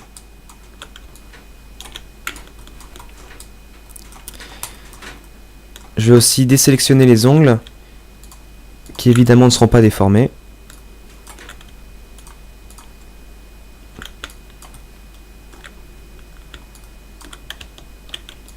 Donc avec CTRL.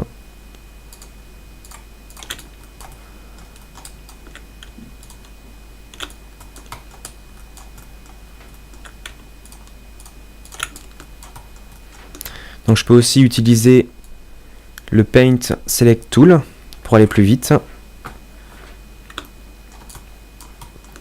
Donc là je coche Unselect. Donc je vais réduire mon outil. Et donc je désélectionne plus facilement toutes les zones qui ne sont pas déformables.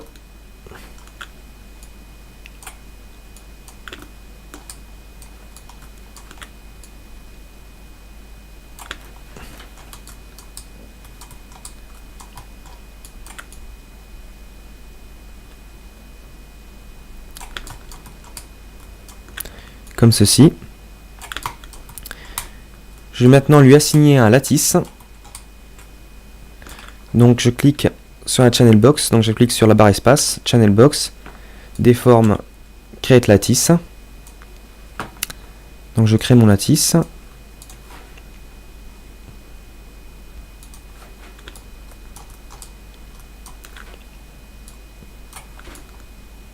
Je vais choisir les subdivisions.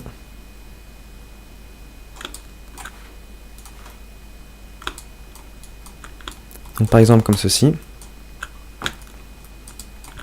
Et maintenant, je vais faire mon set driving key.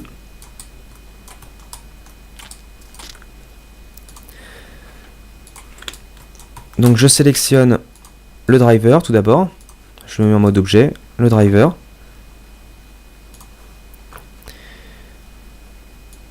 Donc je le charge. Ça sera écrasement pied qui va conduire. Et donc le driven, ça sera non pas le lattice, mais les points du lattice. Donc je les sélectionne. Driven. Et donc je coche toutes les valeurs de translation sur les points. Donc je peux mettre déjà une clé. Donc le pied ne sera pas déformé quand le locator sera à 0,5. Donc quand le locator sera à 1,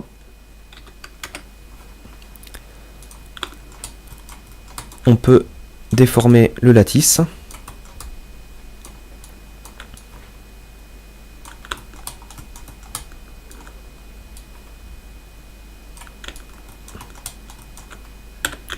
Donc je vais simuler l'écrasement du pied. Alors à noter que je change l'échelle.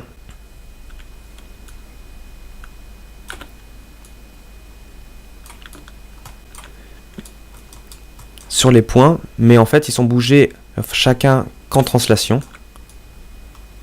Donc nous ne sommes pas sur un mode échelle sur le point, mais sur un groupe de points. Donc là je continue ma déformation.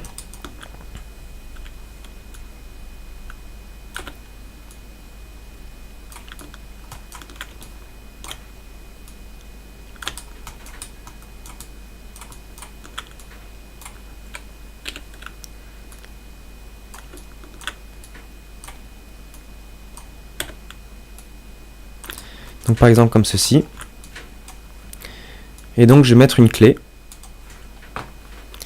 Donc maintenant, si j'anime écrasement pied, on voit qu'on a l'animation de l'écrasement. Et par exemple, entre 0 et 0,5, comme on n'a aucune animation, on peut étirer le pied. Donc je me suis bien mis en 0 sur le locator ici, et donc je vais animer dans l'autre sens la peau.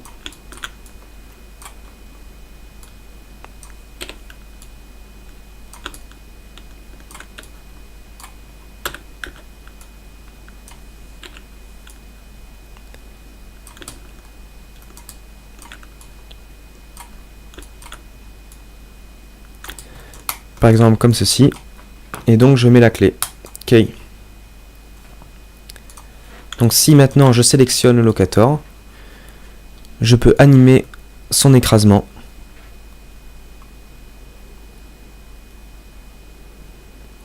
Donc par exemple, je peux mettre en 0 et mettre une clé, donc Key Selected, aller à 200 et le mettre à 1. Et à nouveau mettre une clé. Donc on voit bien l'animation de l'écrasement. Alors si j'anime maintenant le pied, on va voir qu'on a un souci. Donc le latiste reste sur place. Donc maintenant pour le mettre, il faut le parenter à l'os. Donc je sélectionne le lattice. Je vais dans l'outliner, donc Windows Outliner. Je sélectionne les deux, je vais faire un groupe. Je peux l'appeler par exemple lattice main gauche. Par exemple, je valide. Et donc maintenant je vais le parenter à l'os, donc par exemple celui-ci. Donc j'appuie sur Shift, je sélectionne l'os, donc il faut que je décoche ici. Donc j'appuie sur P. Donc maintenant le lattice s'est mis dans la hiérarchie des os au niveau du bras gauche, main, bout.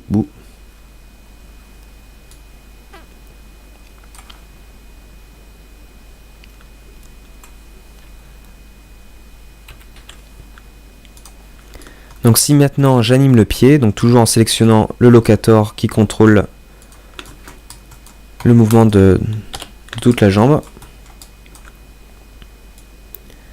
Donc le lattice suit bien le mouvement. Donc je peux tout à fait, par exemple, l'animer comme ceci et toujours contrôler l'écrasement du pied.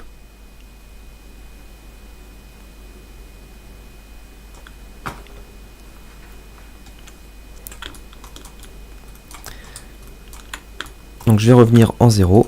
Donc je sélectionne l'os, je le remets à 0. Et je vais remettre aussi le locator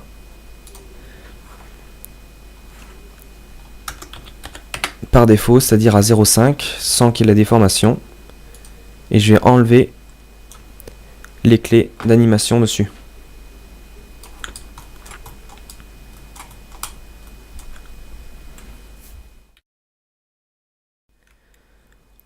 On a vu tous les outils qui m'ont permis de rendre cet éléphant animable. Je vais donc ouvrir l'éléphant entièrement skinné et setupé.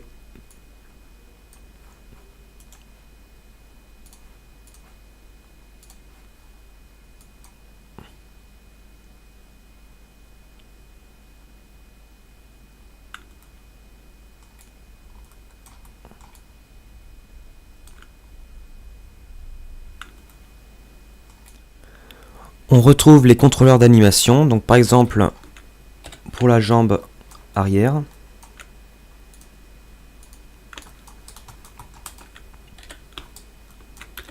Je peux l'animer en translation. Un gros travail a été fait pour skinner au niveau de l'arrière et au niveau du ventre.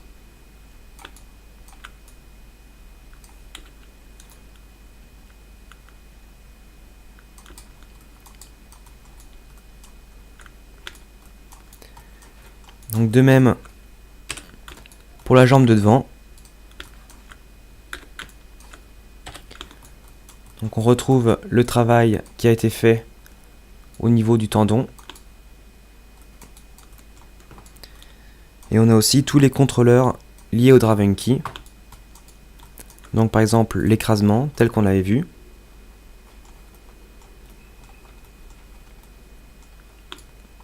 Donc là le contrôleur, l'attribut va de 0 à 100.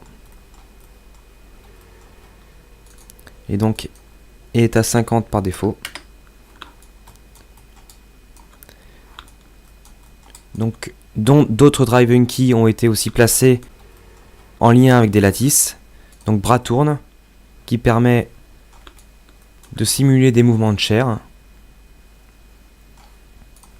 Donc toujours à 50 par défaut. Ou bras au bas. Donc ce système a été mis sur la jambe droite et gauche. Et aussi à l'arrière. Donc toujours mon contrôleur. Là qui est parenté au pied. Écrasement.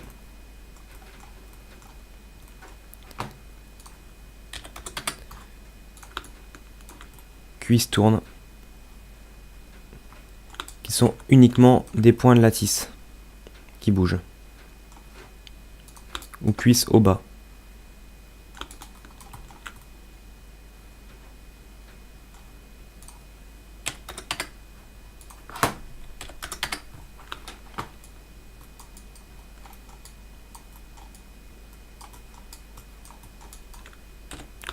Je vais remettre l'éléphant à 0. Donc je sélectionne le contrôleur. Je le mets à 0. Donc de même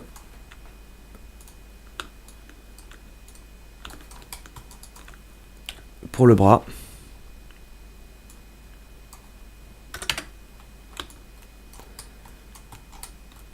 Et je peux pour après animer, comme j'ai pas besoin visuellement de voir les lattices, aller dans Show, déformeur.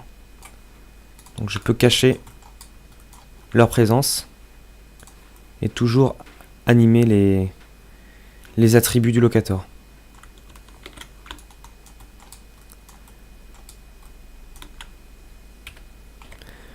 Donc tout est prêt pour commencer l'animation.